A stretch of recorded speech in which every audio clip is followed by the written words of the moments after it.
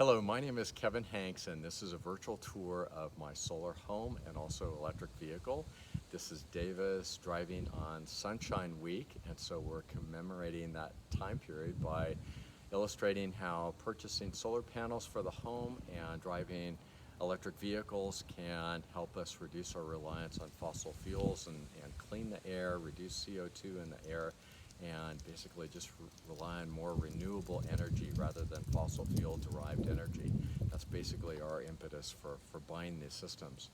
The solar panels that you're looking at now on the top of my roof are 16 panels.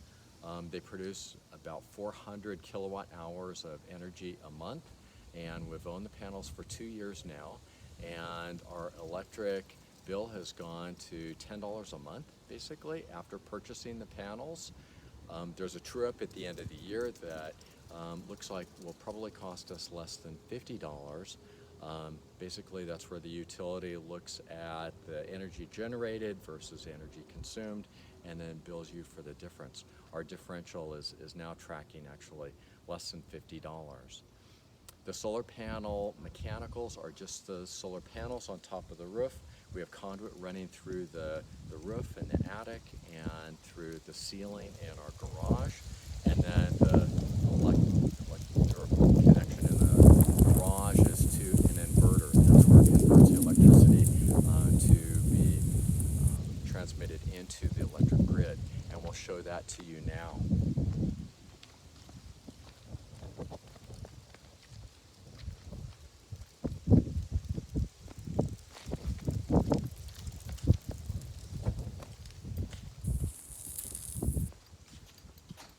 Here's the electric inverter that's on the wall. Basically that gets connected the first time that we purchase the solar panels, and then we basically just leave it alone and it does everything it needs to do. Here is our electric vehicle. We have a 110 electrical outlet that powers the lithium-ion battery pack inside this car.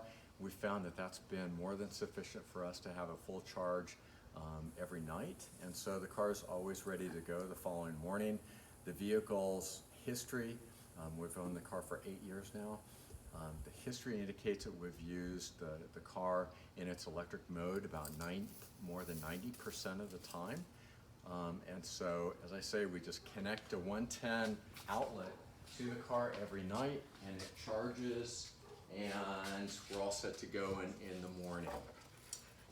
In terms of the solar panels, again, we opted to place the solar panels on the south-facing part of the house because that's where we get the most solar gain. Also, doing that allows you to have some smaller panels, and so that reduces the size of the needed panels for our household. The panels do provide all the electricity that we need in our home. It basically powers the home, a spa in the backyard, and our electric car. All my tools and all our landscape mowers and such are all electric powered as well. And we're doing that to try and use less fossil fuels, improve the air, and just do our part to try and use renewable energy. That's basically our impetus for purchasing these systems.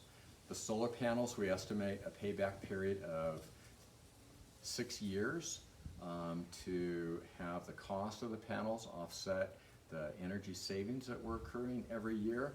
And so we think that 2 years have passed already. In 4 years' time, the energy is going to be free, and certainly we're benefiting from the fact that we're allowing sunshine to operate our vehicles now, and we're just giddy with excitement that we can do that.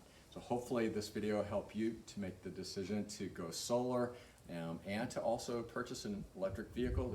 They both really go in tandem together. We love our system, and I hope you do as well.